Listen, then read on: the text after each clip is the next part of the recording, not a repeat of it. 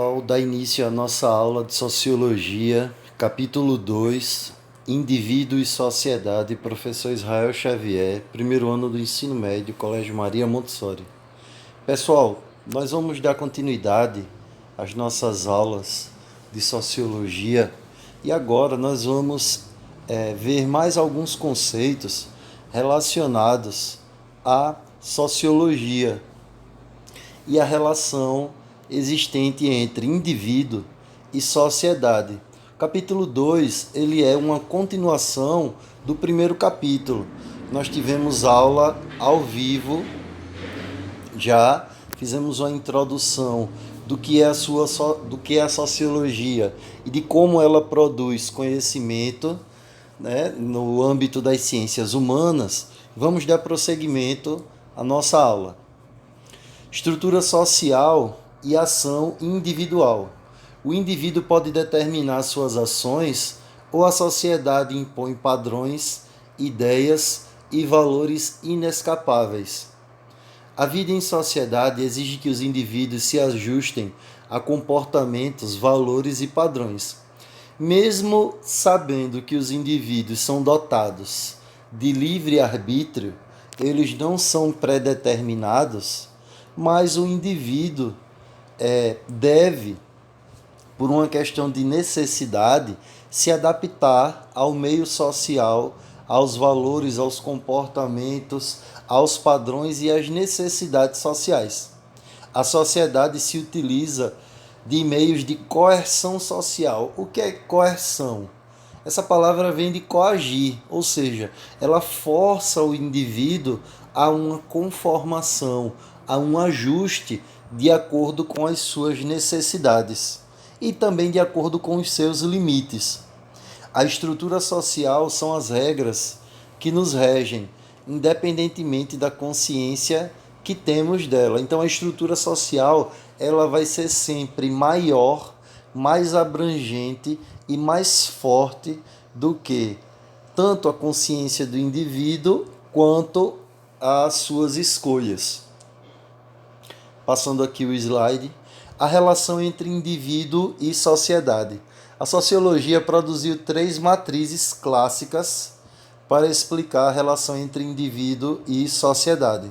Nós temos a perspectiva funcionalista, encabeçada por Auguste Comte e Émile Durkheim. Nós temos a perspectiva da sociologia compreensiva, encabeçada por Max Weber. E nós temos a perspectiva do materialismo histórico ou materialismo histórico dialético, que é encabeçada por Karl Marx. A sociedade determina os indivíduos, como evidenciam os fatos sociais, da perspectiva funcionalista.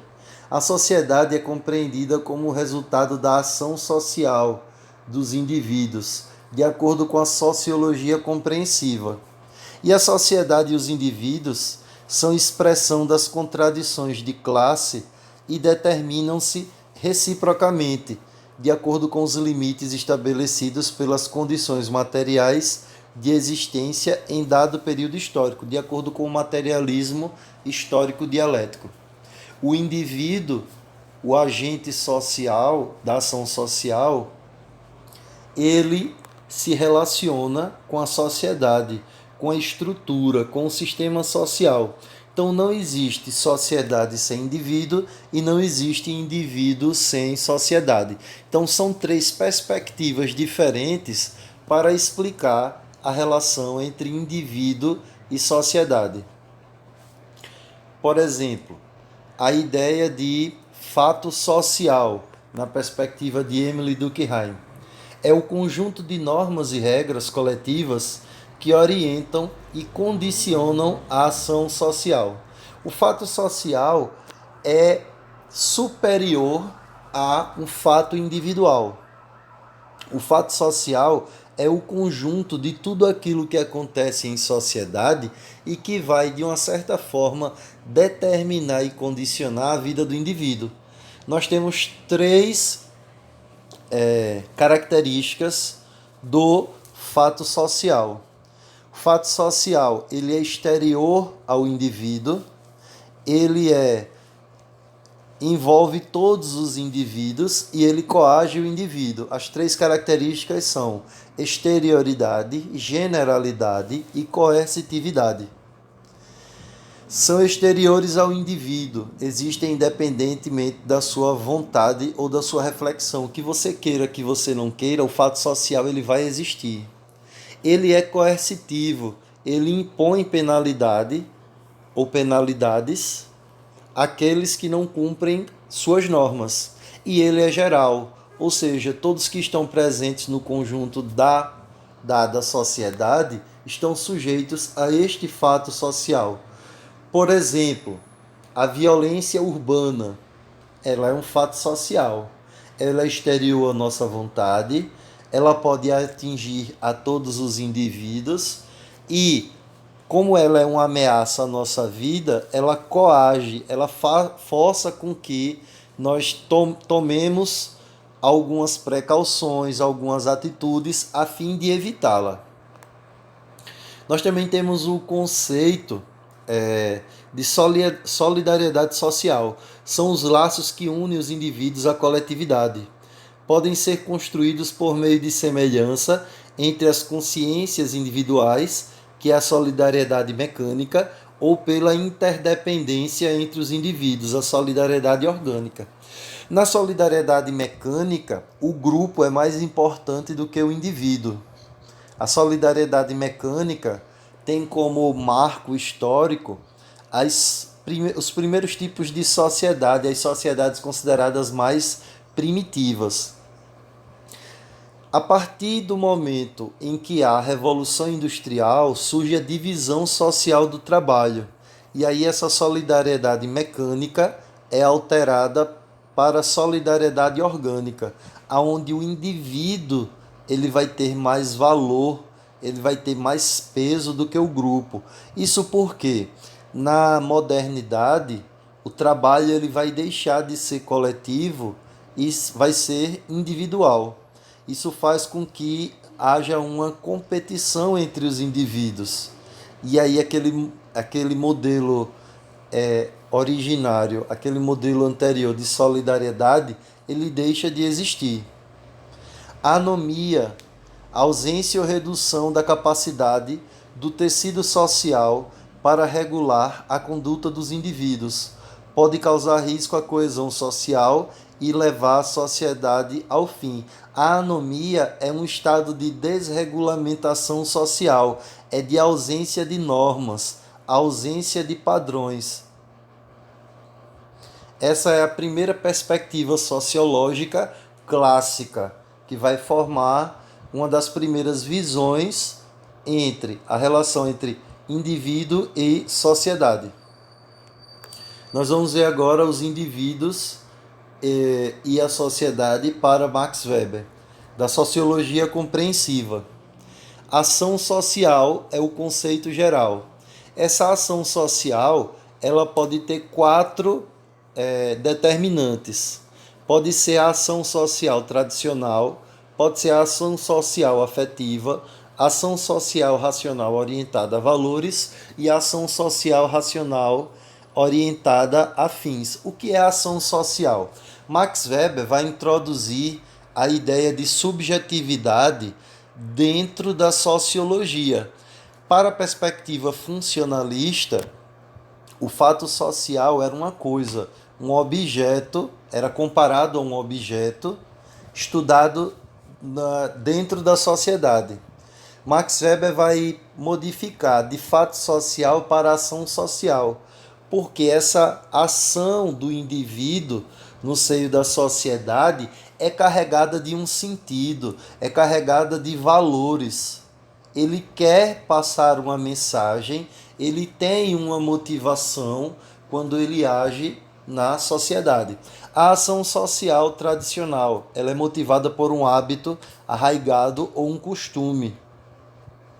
A ação social afetiva, determinada por afetos ou estados emocionais. A ação social racional, orientada a valores, determinada pela crença consciente em um valor importante para o indivíduo. Por exemplo, o bombeiro que arrisca a sua vida ou um cidadão que comete um ato heróico por conta de certos princípios, de certas crenças ou valores. A ação social racional orientada a fins, determinado pelo cálculo racional que estabelece fins e objetivos e organiza os meios necessários para alcançá-los. Aquela pessoa que faz uma programação para juntar dinheiro e aí ela passa muito tempo juntando dinheiro até conseguir um determinado objetivo, uma cirurgia, conseguir comprar a casa própria, conseguir montar o seu próprio negócio, são exemplos de ação social racional orientada a fins. A Lei Maria da Penha, que estabelece como crime a agressão contra a mulher, foi criada com base em uma ação social. As reivindicações e a luta das mulheres por direitos que as resguardam da opressão e da violência da sociedade machista podem ser compreendidas como uma ação racional orientada a valores. Não importa qual seja a agressão física, psicológica, verbal, moral, o que importa é o princípio a ser defendido, a dignidade da vida humana, em especial a da mulher, que historicamente sofre com essa opressão, com essa violência. Passando aqui o slide. A sociedade e os indivíduos determinam-se reciprocamente, de acordo com Karl Marx. Classe social, ele vai introduzir o conceito de classe social. Posição em que um grupo de indivíduos ocupa no processo de produção. De um lado, os proprietários dos meios de produção, do outro, os produtores. Então, as classes sociais para o materialismo histórico são determinadas em relação ao trabalho. Se você é dono dos meios de produção, você controla a produção, você é um burguês. Se você não é dono dos meios de produção, parabéns, você é o proletariado. Você só é dono da sua força de trabalho, que não pode ser confundida com vontade de trabalhar. A vontade é uma característica, é uma categoria subjetiva. Nós estamos falando de algo que você objetivamente possui. Força de trabalho é uma capacidade que você tem e que você vai vender para o dono dos meios de produção, que é o burguês. Marx elegeu a classe social como unidade de análise lógica, que permite pensar a relação entre indivíduo e sociedade de maneira recíproca. Luta de classes, conflito fundamental que move a história da humanidade. Então, Marx vai afirmar que o que move a história são as lutas entre as classes exploradas e as classes exploradoras, burgueses e proletariado. As condições materiais de existência e sua relação com os meios de produção fazem dos trabalhadores uma classe social. Tudo isso, todas essas relações sociais, elas acontecem em torno do trabalho, que é a transformação da natureza para gerar riqueza, para gerar aquilo que a sociedade precisa para sobreviver.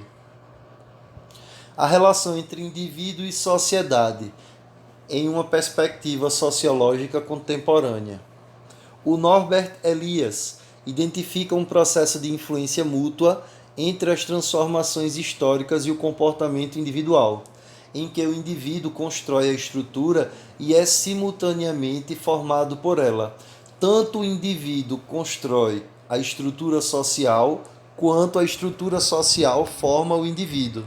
Desenvolveu o conceito de hábitos, compreendido por ele como as formas de agir e pensar que estruturam a sociedade e expressam a racionalidade de um grupo em um dado percurso histórico.